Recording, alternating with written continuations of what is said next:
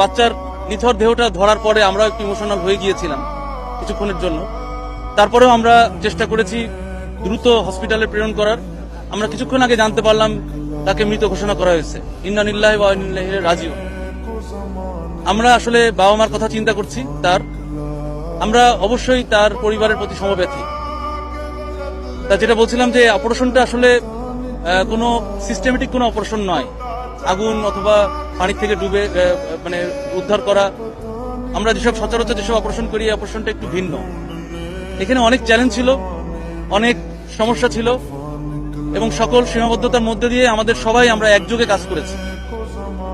বিশেষ করে ইউনো সাহেবকে আমি ধন্যবাদ দিব আমাদের প্রত্যেকটা মুহূর্তে সর্বাত্মকভাবে সহযোগিতা করার জন্য, এবং অন্যান্য তার সাথে সংশ্লিষ্ট সকল সংস্থা সবসময় সাথে ছিলেন।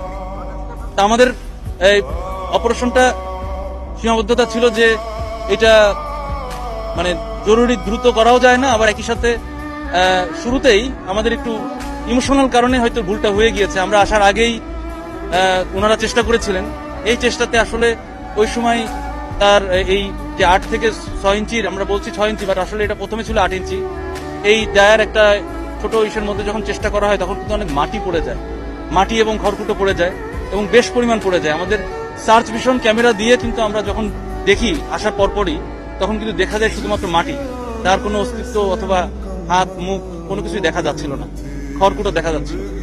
তখনই আমরা আসলে ভয় পেয়ে যাই। তারপরেও আমরা চেষ্টা করি যে আমরা মনে ধরেই নিই যে সার্ভাইবিলিটি ঠিক রেখে যেন আমরা কাজ করি। তার জন্য আমরা চেষ্টা করেছি বড় যান্ত্রিক কাজ এবং একই সাথে ম্যানুয়ালি আমরা সফট হ্যান্ডে দুইটাকে মিলিয়ে আমরা ইম্প্রোভাইজ পদ্ধতিতে আমাদের, আপনারা দেখেছেন যে 3টা এক্সকাভেটর কিভাবে কাজ করেছে।